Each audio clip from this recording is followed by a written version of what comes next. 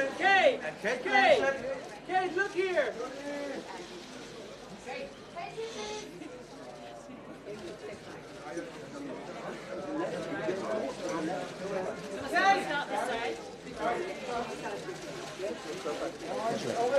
Good evening. Cate, down here. Cate here, please. Cate here. Cate, look down here. Miss Blanchett. Cate. Down to the right. Cate, down to the right. And once more to the left side, please.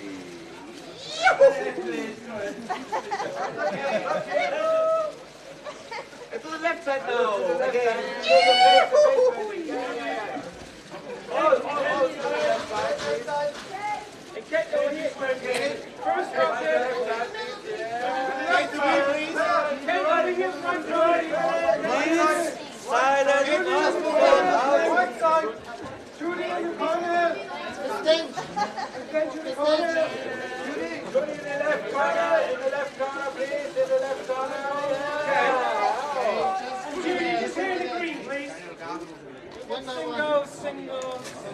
Single shot. And look here. Look right side. And to the right. Look here. And to the right, Judi. Right side. Judi, to the left side, please. Yes, yes, up here, please. Up here.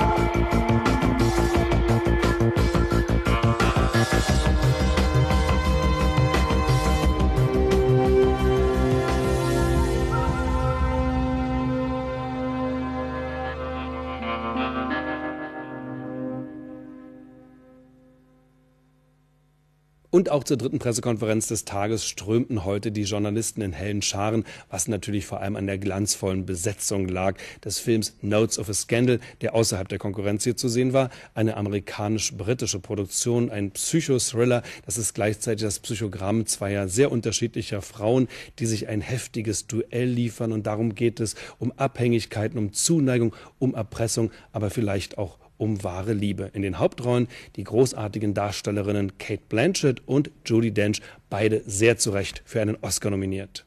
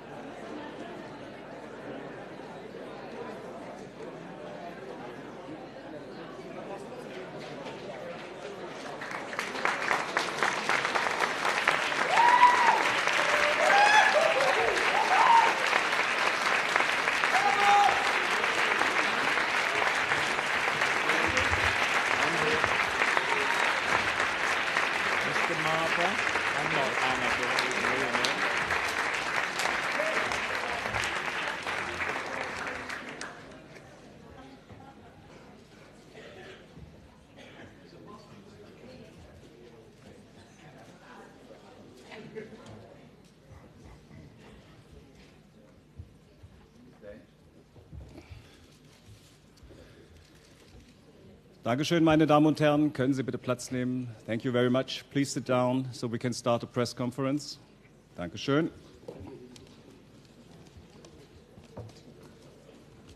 Thank you very much. Dankeschön. To you. Please sit down.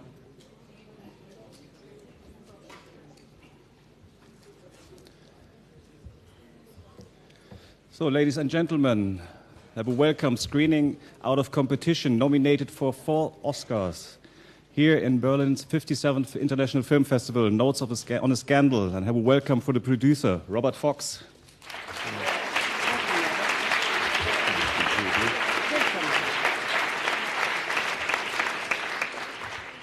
Playing the part of Barbara, have a great welcome for Dame Judi Dench.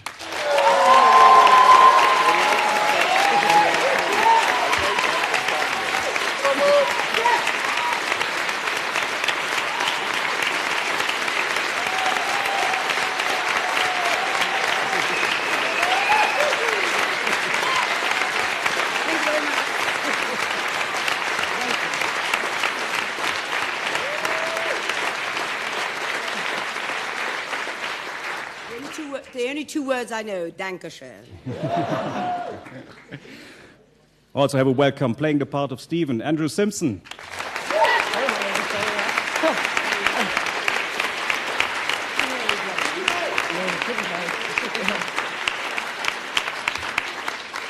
For a second time this year in Berlin playing the part of Sheba, have a welcome for Cate Blanchett.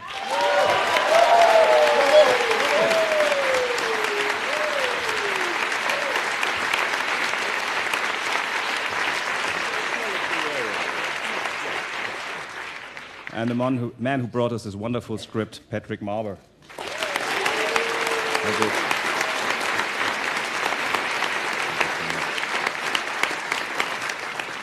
I guess before we start the questioning, there is something the producer, Robert Fox, has to tell us from the director. Richard Eyre can't be here today, but he's asked me just to say something briefly, which is I am opening a play at the National Theatre, and I'm therefore not able to come to Berlin for the screening of Notes on a Scandal. I'm very sad not to be there, not least because Berlin is one of my favourite cities. So that's the message from Richard. There's a question on the left side, please. Yes, hi. Susan Hannaford, People Magazine. I have 2 questions. The first one is a lighter one for Ms. Dench, having to do with the Oscars. There's an old show business and theatrical tradition of good luck superstitions, wishing someone to break a leg, no hats on the bed, etc. My question is, do you plan on carrying any lucky charm, or is there any special ritual that you might do for Oscar Day luck? And my second question to Ms. Dench and Ms. Blanchett. There's a modern phenomena of stalking and obsession with personalities. Have you had any personal experience with obsessed people or fans that you drew on for your performances in this film? I'm obsessed with Judi. I've been stalking her for years. Will you go first? No, you go first. The first question was to you. The thing about the Oscars, it's just that this year it's strange that you say to break a leg. In fact, I can't go to the Oscars because I've got to have a knee operation, so break a leg for me is actually quite apt. I'm going to have it broken and put back together again and be much taller, so I'm absolutely going to be fine. But I shall watch and cheer from my bed. So, but I am very superstitious. I'm mostly in the theatre, and I have a ritual that I don't know whether Cate is the same, but that I start doing exactly the same thing at exactly the same time every night. Because if I don't do that, I kind of feel that that's not quite right. So I get a routine, and I stick to that routine rigorously and do the same thing. So I suppose that's a superstition. I don't know. OCD.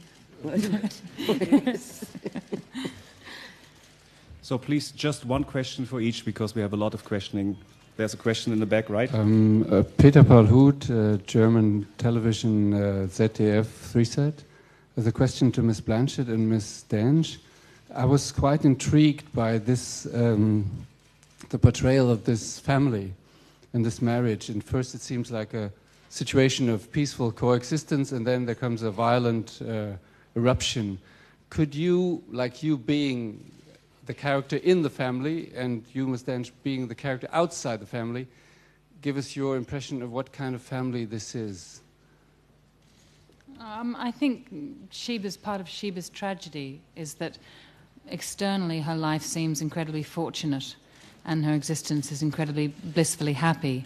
She's married to Bill Nye, which, you know, is pretty very wonderful, and has 2 children and comes from a very privileged background.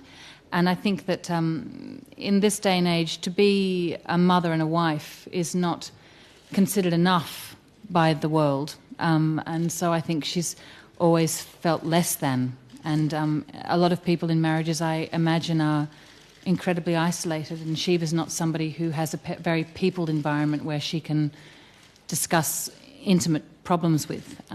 So whilst she's not as immediately obviously lonely and isolated as Barbara Covert, I think the film reveals that in fact she is. And I think that's part of that loneliness is what brings the women together. Yes, I think Barbara's tragedy is that she doesn't have a family, she doesn't have anybody. And her craving for some kind of attention or someone to lavish some kind of affection on is what actually is her downfall. Your question, please. Okay. This is Judith George from German newspaper Weltexpress. I've got a question for Judi Dench and Cate Blanchett. And you're both playing very controversial characters full of negative traits. And what was it exactly that convinced you to take this part, and how did you get prepared, and did you enjoy playing such unconventional roles? I'd read the book. Richard Eyre asked me to do it, and I then knew that it was with Cate. And although Cate and I had been in a film together, The Shipping News, I think we only meant to say hello, but we didn't meet to actually do anything. So it was for me an irresistible project to do, and also a part to really try and get your teeth into and understand. So that for me was a fait accompli. And for me, I'd read the novel, and I was at Patrick's house visiting his wife Deborah and saw the book lying around, and I said, "Oh, are you reading this?" And Patrick said, "I'm writing the screenplay, and there might be a part for you." So I immediately rang my agent, and then I said, "I hope Judi Dench should do this," and then she did, and so it sort of very organically and quite quickly came together. So maybe, Andrew, you can tell us a bit about your first thoughts. You've been called during a tour on a rugby team. You've never been to London, and then working with these 2 ladies. What was your first impression?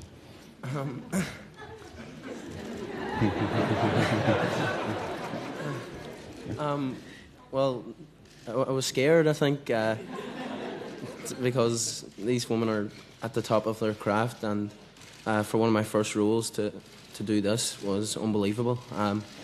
But sort of from the very first day, and I came into the room, everyone just sort of welcomed me into the gang, sort of, and that helped a lot, and just everyone was really friendly, and it was like a big family. And by the end of it, it wasn't Cate Blanchett and Judi Dench, the best actresses around. It was just Cate and Judi, good friends. Your question, please. Yes, this is Barbara von der Lühe, free journalist. First of all, congratulations to Judi Dench and Cate Blanchett for this marvelous, I should say, creation in this movie.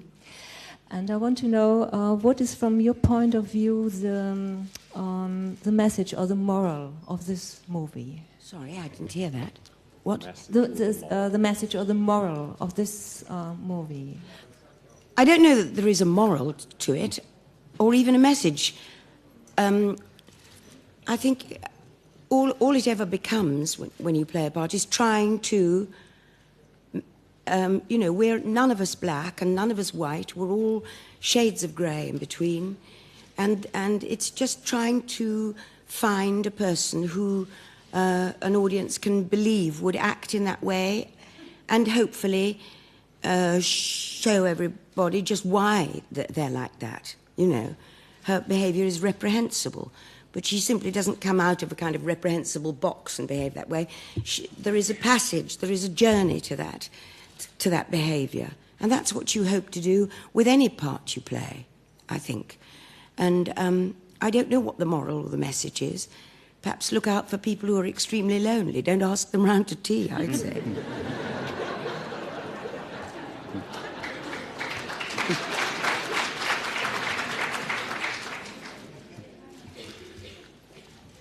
Hello. This is Sand from Iran. I would like to know from Mr. Marber how you think it was able to give all the characters just a part, which are not the part, to make the parts of them more sympathetic to us, because they have such great problems. Well, as Judi says, the characters in this story are complicated and contradictory, and I knew I was writing it, well, I was hoping that Judi and Cate would do it. So I knew that I had two brilliant actresses to write for, and I suppose I made the characters as difficult and as strange and as complicated as we all are, and trusted that the actors would be able to make them seem human and sympathetic. And the people I sympathise with in films are not necessarily the nicest people, but the people who are dealing with their own problems and complexities and make me feel that I'm not alone. Your question, please? Yes? Hi, this is Lily from Budapest, Hungary, and my question goes to Mr. Marber about the script again. In the beginning, we see the story through the eyes of Barbara, and then there's a certain point that it all changes. What is the concept behind that? Well, the novel is all told from Barbara's point of view, but I wanted to be able to explore the character of Sheba in more depth. So I didn't want Sheba to only be perceived from Barbara's point of view. So at a certain point in the story, I decided to abandon Barbara's point of view and shift the film into Sheba's point of view. And this occurs in that long sequence where Sheba tells Barbara how the affair began. And I think after that point in the story, the film is told from the point of view of both Barbara and Sheba. So that it was just a very simple shape I gave to the narrative structure that would allow us to see Sheba in the same way that Barbara does, as someone who she wants to get to know, and just when she thinks she's got to know her, we, the audience, realise, oh, there's more to Sheba than meets the eye, and now we want to learn more about Sheba. So that was all. Your question here? I'm Olga Galperovich from Minsk, Belarus, Radio Culture, and I would like speak in German. So you need the headphones. You speak German? I can't even manage an ironing board. Meine Frage sind zu Cate Blanchett. My question is for Cate Blanchett and Judi Dench and Patrick Marbert. Now, do you think all of the different possibilities are okay in order to get love, to pursue love? Are all the different avenues pursued by these characters all right? Should I repeat, or...? I've got terrible English, sorry. Would you say it again? Can you say it again? Okay. She asked whether the different avenues pursued by the different characters are okay in order to get love, in order to be loved. Each character has their own way of doing it. And do you feel that all of these avenues that they chose are okay? It's BBC World News. Is it all right to the way in which the character pursue love any way you want to? Yes. No, I don't think Barbara Covert pursues love too well, I must say. I would, as I said before, I wouldn't want her around, I must say. I think she behaves appallingly. She in fact blackmails her. That's not how you You know, she blackmails Sheba into a friendship. That's reprehensible, I think. But that's her way. That's how the only way she understood about how to do it. It's not how any of us, perhaps, well, I hope not none of us probably. But that was the story. But it's also, I suppose, what your definition of love actually is. I mean, I think a lot of people who say that they're in love, it perhaps says more about them than it does their object of love. And for Sheba, I think she's, if she hadn't chosen to embark upon a relationship with a student, which is disastrous and diabolical, then she would have found some other way to self-destruct. And I think for me, it was the self-destruction rather than Sheba's definition of love that was sort of the most, I suppose, the key into her character. And it seems to me that at the heart of the story and of the characters of Barbara and Sheba, they are both innocent in their way, which may sound a strange thing to say, but Barbara is innocent in that she's never truly loved. She's never had a relationship. She's on some level an emotional virgin, and she doesn't know how to be when she's in love. And it's the same for Sheba in a completely different way, that she is an innocent in that she gets into this situation that she knows could be her downfall and yet feels powerless to stop herself. So I think that neither of these two women behave well in the moral scheme of things, but both of them are innocent in their love. I mean, they're quite adolescent. I mean, if you look at Barbara's diary, it's got the gold stars and the clippings, and if you think, about Sheba Hart herself having been a student when she married her own professor, then there's something that's sort of atrophied in her. They're both quite adolescent. The moment when Barbara strokes Sheba's arm, I mean, I kept perceiving of both of them being still in the dormitory at boarding school in so many ways emotionally. So, your question, please. This is Carol Guerrero from W Radio, Colombia. My question is for here. My question is for Miss Judi Dench and Miss Cate Blanchett. Watching this film, I felt like a deep relationship between Barbara and Sheba. So I would like to know, how did you work on it? Because it was so real. So how? We had 2 weeks. We had 2 weeks rehearsal, didn't we? Yeah, we did. And we had Richard Eyre to show us the way. If in doubt, ask Richard, or Patrick, or Robert, or even Andrew. Oh, even Andrew, how rude. But,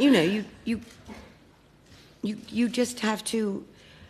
I'm sure there could have been 100 different ways of playing scenes between us, but you just... That's what's so irritating about seeing yourself on film. You think, why on earth is that the one I chose? Why is that the button I pressed at that time? My bathroom has seen the best performances I've ever given. But it's too late, of course, then. But, you just choose. It's the option that we all choose, and you hope that you're telling the story. All we're doing is trying to tell the story. I mean, and some scripts you have to, reinvent and sort of talk around, whereas this was such a solid piece that it was mostly like working on a theatre text in the sense that one says, why does my character say this? Not, how can I change this line to make it work? It was a very strong architectural frame, and so it was very much about rising to the text, I think. Okay, your question, please. This is Alison from the UK. This is a question for Dame Judi. Richard Eyre said one of the pleasures in casting you was because it was such an unexpected role for you, because Barbara is really not a nice person. I wondered whether you enjoyed having the opportunity to explore this darker side of a person's personality. And do you look for more opportunities to be able to do that? Do you feel you've not had a chance to go as dark as you wanted in past roles? Well, I wouldn't say Lady Macbeth was a frightfully nice person. I played her a long time ago. I mean, there are a lot of parts I played that are deeply unpleasant. What I look for is that the next thing I do is completely different to the last thing I do, so that you try to kind of widen, you know, it's like CinemaScope. You try and widen your vision on something. You try and broaden your view on something. And so, you know, when you get a wonderful part like this, it's irresistible to do it. It's a cracking good story, and it's a wonderful part to have to find out about. So, as I say, the next time I would like to do a film about a circus performer, maybe. Who knows? Or, you know, something you have to learn about, something that is a challenge each time, which is wonderful. I mean, yes, that's it. Yes, your question, please. Hi, I'm Vizi Chung from Hong Kong Cable TV, right here. Hi. So this question goes to Judi. So you're known for playing a dignified, strong-willed woman. Like in a society, probably people around you, they criticize you sometimes. So what kind of challenges, like the one in this movie, so what kind of challenges are you looking for in your acting career? Thank you. Is that to me? I think it was to you. Yeah, it's to you. What changes? Did you? Oh, challenges. Yes. Well, just the fact of something, you know, that very often when you've played a part like this, I'll get a lot more scripts sent, which are very, very similar to this woman, Barbara Cabot. And that, in fact, if you have a choice, and you're lucky enough to have a choice, is the last thing you want to do. You want to do something now which is as far away from her as possible. And then after that, hopefully, something else, you know.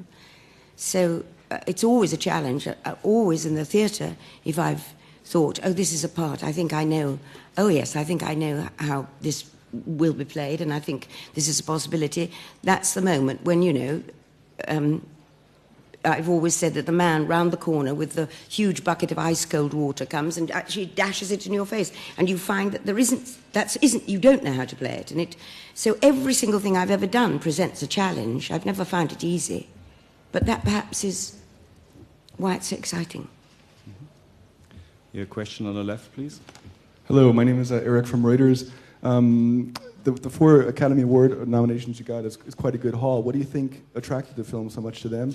And a friend of mine wants to bet on your Oscar chances, Cate and Judi, and I'm just wondering, should I discourage him or encourage him to bet on your Oscar chances? Go on, Cate. You're the one with the gambling problem, Judi, so what do you think? I wouldn't put money on me. That's all I'm saying. Don't put money on me. Nor on me. It. Perhaps on Patrick. Yes. Put money on Helen. Yes. Me. Yes. Okay. Your question, please. Yes, Andrew Ginnens from United Media International. To Robert Fox, the music was fascinating, and I thought it was a great element to this film. How did you go about choosing the composer, Philip Glass, for this film?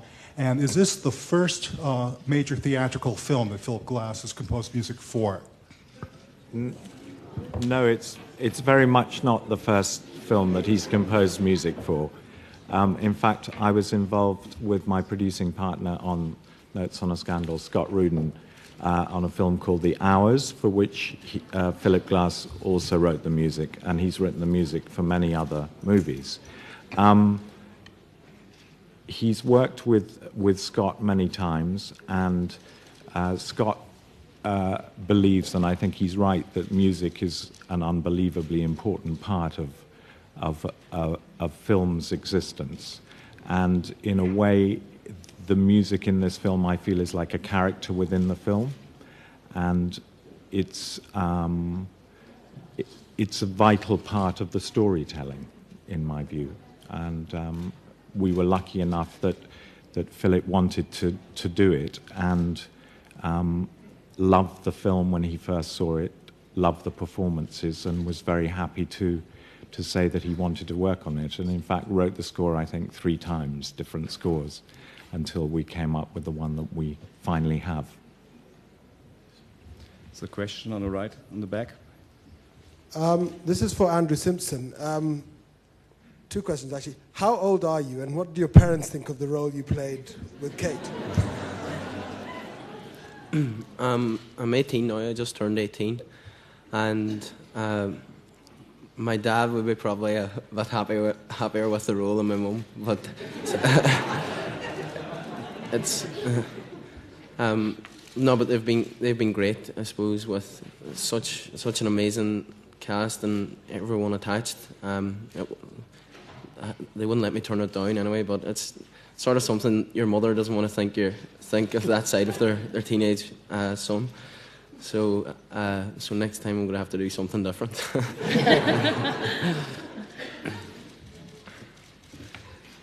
Question in the back on the left. Hello, Johannes Fabri, ZDF Television. Congratulations, first of all. It's a stunning piece of work. Now, I'd like to ask Ms. Dench and Ms. Blanchett. The film clearly deals with a very controversial subject and a very difficult one as well. Now, I'd like to ask you to... how do you think society and teachers and students, maybe in particular, will benefit from your film?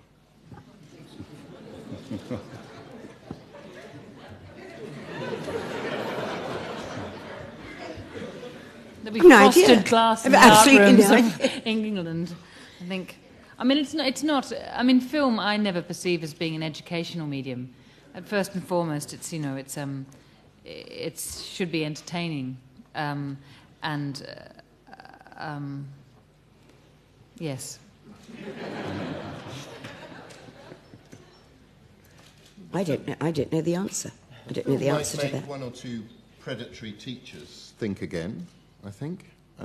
Someone seeing it might think, no, I won't actually pursue this itch that I have. It might be a warning to some people, I would say. Yeah. Your question, please. Could you please stand up? Yeah. Hi, Kirsty Hinton, CNN. I want to ask Patrick, I've read the novel, and I want to know why you changed the end in the film. Oh, well, we shot the original ending of the novel, or an approximation of it. And myself, Richard Eyre, Robert Fox and Scott Rudin, we all sat around and looked at it, and we felt that the film felt rather inconclusive with the novel as per the ending, with the film ending as per the novel. And we all felt we wanted to know what happened to Sheba. And we wanted to know what happened to Barbara sometime in the future. And one never knows whether one got it right to change an ending. And of course, it's a dangerous thing to do as an adapter. But I have to say, I did also change the beginning and the middle. But people of course, are always fixated on the ending because they think it's the important thing, it's the conclusion.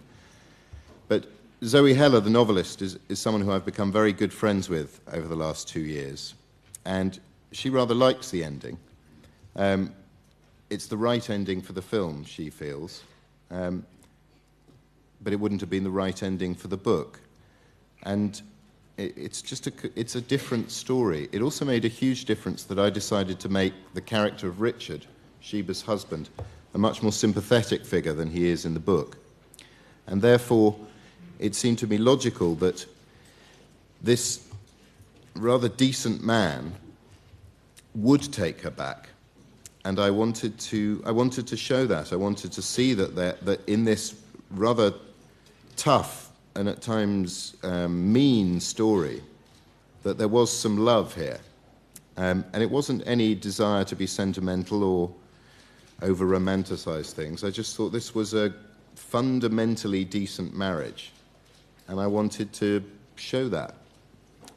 With the character of Barbara, her ending, I don't know whether we made the right decision. I like it, but we could have gone in any number of different ways. And you never know whether you've made the right decision, but people seem to enjoy it. And at least the novelist does. Guess there's a question way in the back on the right side, please. Hello. I would like to ask Judi Dench, because of being a dame, it's normal that big actresses are ladies, but you are also a dame. What did that mean for you to be honored like this? Well, it is a wonderful honour to be made a dame. It makes it very difficult when you go to America because a dame in America is quite another thing. I quite like the thing that is, actually. But, so nobody quite knows what to call you. Dame Dench, I get called a lot. So it's just better to say, don't worry about that, and behave in a dame-like way, but not necessarily Gary, or that kind of, that added bit to your name. It's better just to be called Judi. So I don't mind that, but I don't think it's altered me in any way, and I don't think it's altered people's attitude towards me. I hope not. That's it, really. Okay. Your question? Ich habe wieder Frage an Judi Dench. Okay. I know this time to do this. A question for Judi Dench, Sagen please. Sie bitte, ob Sie selbst Please haben tell us die Tagebücher geschrieben. whether Und, you was wrote denken Sie, was that für Art diary, von Menschen, die solche Bücher schreiben? and Und noch, what kind of eine people Frage an write Sie, diaries.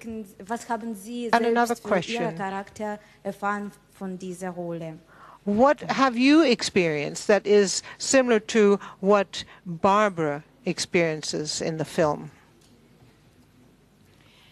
What sort of people keep diaries? I should think probably, I don't know, perhaps 40% of this room would keep a diary. I don't know.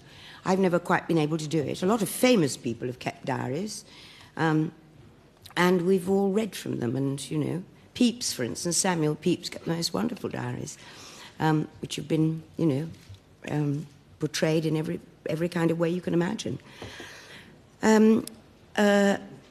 What do I think? What's of her? What of Barbara is of me? When my cat died, I was completely inconsolable, but so is my husband, so is our entire family. So I understood about that cat dying very, very well indeed. And to be alone in your cat dying would be very, very sad. But all you can do with a part is somehow, it's why we have, if we're actors, it's why we have to have another eye here and a huge ear here, because you have to, if you don't actually experience anything, you have to have observed or have knowledge of something, because that's the only way we can make it real for everybody.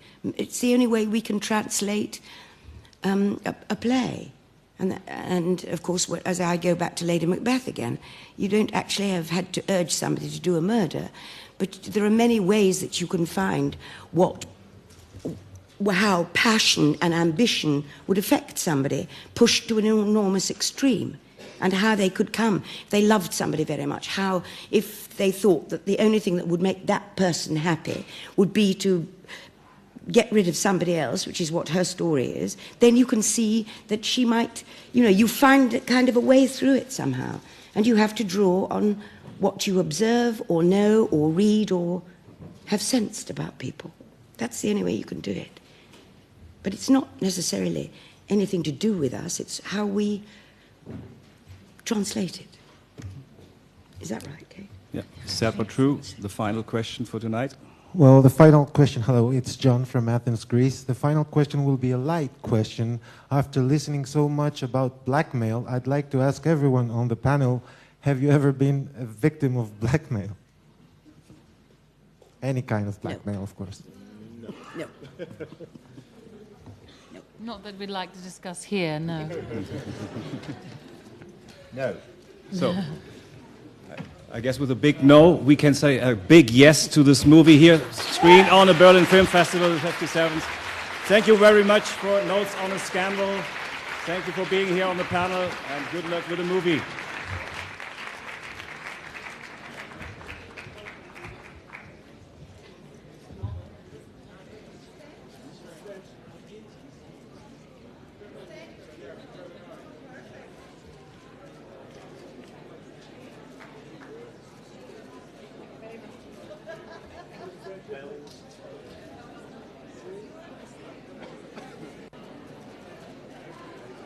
Thank you very much.